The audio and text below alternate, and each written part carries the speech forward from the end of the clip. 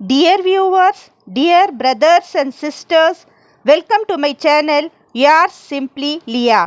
அஸ்ஸலாமு அலைக்கும் வரஹ்மத்துல்லாஹி வபர்காத்துஹு நண்பர்களே. நாம் தினமும் சாப்பிடும் பிராய்லர் கோழி உண்மையாகவே ஹலாலாக இருந்தாலும் அது ஹலாலா, பாதுகாப்பா? முழு இஸ்லாமிய விளக்கம் பார்க்கலாம். நண்பர்களே, நீங்கள் தினமும் சாப்பிடும் பிராய்லர் கோழி அது உண்மையில் ஹலாலா, அது தயிப் ஆனதா? அடிக்கடி சாப்பிடுவது பாதுகாப்பா? இன்று இந்த வீடியோவில் நாம் முழுமையாக பார்க்க போகிறோம். குர்ஆன் ஹதீத் ஆதாரம் வைத்து நபிமார்கள் வாழ்ந்த இயற்கை வாழ்க்கை முறையும் நபிமார்கள் மிருக வளர்ப்பு பற்றியும் முழுமையாக பார்க்க போகிறோம். இஸ்லாமிய வரலாற்றில் பல நபிமார்கள் மிருகங்களை மேய்த்தவர்கள் ஆவார்கள். ஹதீஸ் ஆதாரம் கூறுகிறது, நபி ஸல்லல்லாஹு அலைஹி வஸல்லம் அவர்கள் கூறினார்கள், அல்லாஹ் அனுப்பிய எல்லா நபிமார்களும் ஒரு காலத்தில் ஆடுகளை மேய்த்தவர்கள். ஆதாரம் ஹதீஸ் புகாரி ஷரீஃப். நம் அன்பு நபி முஹம்மது ஸல்லல்லாஹு அலைஹி வஸல்லம் சிறு வயதில் ஆடுகளை மேய்த்தவராவார். எளிமையான வாழ்க்கை முறையை மேற்கொண்டார். நபி மூசா அலைஹிஸ்ஸலாம் மதியன் பகுதியில் ஆடுகளை மேய்த்தார். இதன் ஆதாரம் குர்ஆன் சூரா அல்-கஸாஸ். நபி தாவூத் அலைஹிஸ்ஸலாம் எளிமையான வாழ்க்கையை வாழ்ந்தவர், இயற்கை தொழில் செய்தவர் ஆவார். நபி இப்ராஹிம் அலைஹிஸ்ஸலாம் மிருகங்கள் வைத்திருந்தார். பலி குர்பானி சம்பந்தமான வரலாறும் அல்-குர்ஆனில் இருக்கிறது. நபிமார்களின் வாழ்க்கையில் முக்கிய அம்சங்கள்: இயற்கையாக வாழ்ந்தார்கள், மிருகங்களை கொடுமை செய்யவில்லை, சுத்தமான உணவு உண்டார்கள். இதுதான் ஹலாலான முறையாகும், தய்யிபும் ஆகும். தய்யிப் என்றால் சுத்தமான முறையில் மிருகங்களுக்கு உணவளிப்பது ஆகும்.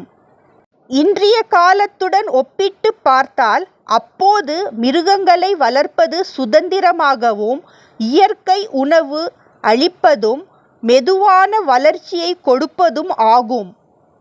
ஆனால் இன்று கட்டுப்படுத்தப்பட்ட பண்ணைகளில் மிருகங்களை வளர்ப்பதும் வேகமான வளர்ச்சியும் ஆகும். ஆகையால் ஹலால் முறை மற்றும் தய்யிப் சுத்தமான நல்ல முறையை பின்பற்றாத நடைமுறையாகும். நண்பர்களே, சிறிது சிந்தித்து பாருங்கள். நபிமார்கள் தேர்வு செய்த வாழ்க்கை இயற்கை மற்றும் தய்யிபானது.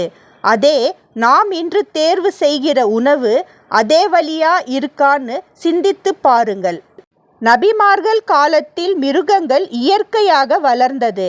அதே இன்று மிருகங்கள் வேகமாக தயாரிக்கப்படுகிறது. நபிமார்கள் மிருகங்களை வளர்க்க இயற்கை முறை, சுத்தமான முறை, தய்யிப் இருந்தது. அதே வழியை தேர்வு செய்ய முயற்சிக்க வேண்டும். இதன் ஆதாரம் அடிப்படையில் நமக்கு தெளிவுபடுத்தப்படுகிற கண்ணோட்டம் என்னவென்றால், நபிமார்கள் இயற்கை வாழ்க்கையை காட்டினர். இஸ்லாமில் உணவின் அடிப்படை விதிகள் இருக்கின்றன. அதில் இஸ்லாம் சொல்லுவது ஹலாலான உணவு தய்யிப். ஹலாலும் தய்யிபுமானதை சாப்பிடுங்கள். ஹலால் மட்டும் போதாது, தய்யிப் மிகவும் முக்கியமானது. சிறு விளக்கம் தய்யிபை பற்றி காணலாம். தய்யிப் என்றால் சுத்தமானது, ஆரோக்கியமானது, இயற்கையானது, தீங்கு இல்லாதது ஆகும். முக்கியமானது மிருக வளர்ப்பில் இயற்கை உணவு அளிப்பது, சுத்தமான நீர் பருகுவது, சுதந்திரம் கொடுப்பது, வேதிப்பொருள்கள் குறைவு ஆகியவை ஆகும். இதுவே இஸ்லாமிய முறையான வாழ்க்கையும் ஆகும். ஹலால் முறையில் மிருக வளர்ப்பு விதிமுறைகளை பார்க்கலாம்.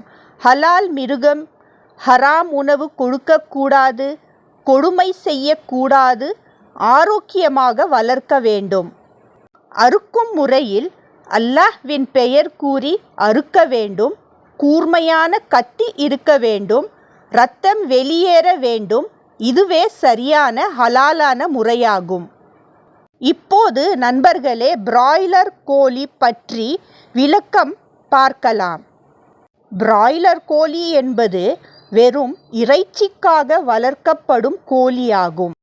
இதனால் பிராய்லர் கோழிக்கு கவலைக்குறிகள் இருக்கின்றன. வேகமான வளர்ச்சி இயற்கை அல்ல. சூழல் அடைப்பு, சுதந்திரம் இல்லை. பிராய்லர் கோழியின் உணவில் அதிக புரோட்டீன் உள்ளது. வேக வளர்ச்சிக்கான மருந்துகள் உள்ளன. சிலர் கூறும் கவலைகள். தரம் மாறுபடும். சில இடங்களில் தரமற்ற கலவைகள் இருக்கும். எல்லா பண்ணைகளும் இல்லை. பிராய்லர் கோழிக்கு சில நேரங்களில் பல ஆன்டிபயோட்டிக் அதிகமாக எடுத்ததால் பாதிப்பு இருக்கலாம். அதனால் இதை மனிதர்கள் உண்ணும் போது சிலர் அனுபவிக்கும் விஷயங்கள் பல. உடல் நல, பார்வை குறையும், ஒபேசிட்டி, சோர்வு, முடி உதிர்வு, மூட்டு வலி, பெண்களுக்கு ஹார்மோன் மாற்றம் ஏற்படுகிறது. சில ஆய்வுகள் கூறுவதாவது, அதிகமாக செயல்முறை செய்யப்பட்ட பிராய்லர் இறைச்சி உணவுகளை குழந்தைகள் அடிக்கடி சாப்பிட்டால் உடல் எடை அதிகரிக்கும் வாய்ப்பு இருக்கலாம். குழந்தைகளின் ஆரோக்கியமான வளர்ச்சிக்காக ஹலால் மட்டுமல்லாமல் தய்யிப், அதாவது சுத்தமான நல்ல தரமான உணவும் முக்கியமாகும். நாம் சாப்பிடும் உணவு நம்முடைய உடலையும் எதிர்காலத்தையும் அமைக்கிறது. அதனால் சமநிலையான உணவு முறையை தேர்வு செய்வோம். முக்கியமாக ஆண்களுக்கு இதய நலம் கவனம் தேவைப்படுகிறது. நேரடி காரணம் நிரூபிக்கப்படவில்லை.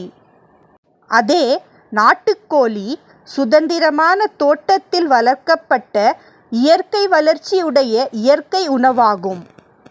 சுத்தமான, அதாவது தய்யிபுள்ள, ஆரோக்கியமுள்ள உணவாகும் நாட்டுக்கோழி. அதே போல வெளிப்புற புல்வெளியில் சுதந்திரமாக மேயும் ஆடு மாடும் இயற்கை வளர்ச்சிக்கு தகுந்தது. 100% தய்யிபானது.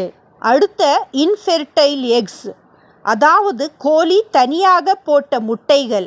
ஹலாலானது, சாப்பிடலாம். ஆனால் தரம் மிகவும் முக்கியமானது. மீன் மிகவும் சிறந்த உணவு. 100% ஹலாலான உணவு, ஆரோக்கியமானது, தய்யிபானது. அதே போல காய்கறிகளை நாட்டு விதையை தேர்வு செய்யுங்கள், இயற்கையானது. வீட்டில் பயிரிடுதல் 100% பாதுகாப்பான முறையாகும், ஆரோக்கியமானதும் ஆகும். அன்பு நபி ஸல்லல்லாஹு அலைஹி வஸல்லம் அவர்கள் வாழ்ந்த வாழ்க்கை முறை எளிமையான வாழ்க்கையானது, இயற்கை உணவு மிக்க வாழ்க்கையானது, செடி நடுவது சத்காவாக உள்ளது. பிராய்லர் கோழி ஹலாலாக மட்டும் இருந்தால் போதாது, அது தய்யிப் முறையை நாடி இருக்க வேண்டும். சுத்தமான தூய்மையான பொருட்களை அது உட்கொண்டு இருந்தால் மட்டும் நம்புங்கள். தய்யிப் சோதனை பண்ணை முறையை பொறுத்தது ஆகும். நாம் வாழும் வாழ்க்கையில் செய்ய வேண்டியது அளவாக சாப்பிடுங்கள், நல்ல தரம் தேர்வு செய்யுங்கள். இயன்றால் நாட்டுக்கோழி, ஆடு, மாடு, மீன், நல்ல நாட்டு விதை கொண்ட காய்கறிகளை உட்கொள்ளுங்கள். ஹலால் மட்டும் போதாது, தய்யிப் தான் முக்கியமானது. அல்லாஹ் நமக்கு ஹலாலும் தய்யிபான உணவை தருவானாக. ஆமீன். நண்பர்களே, இந்த முக்கியமான பதிவை உங்கள் நண்பர்களோடு, உறவினர்களோடு, ஃபேமிலியோடு லைக் செய்யவும், ஷேர் செய்யவும், சப்ஸ்கிரைப் செய்து சதகாய ஜாரிய பெறவும். இன்ஷா அல்லாஹ்.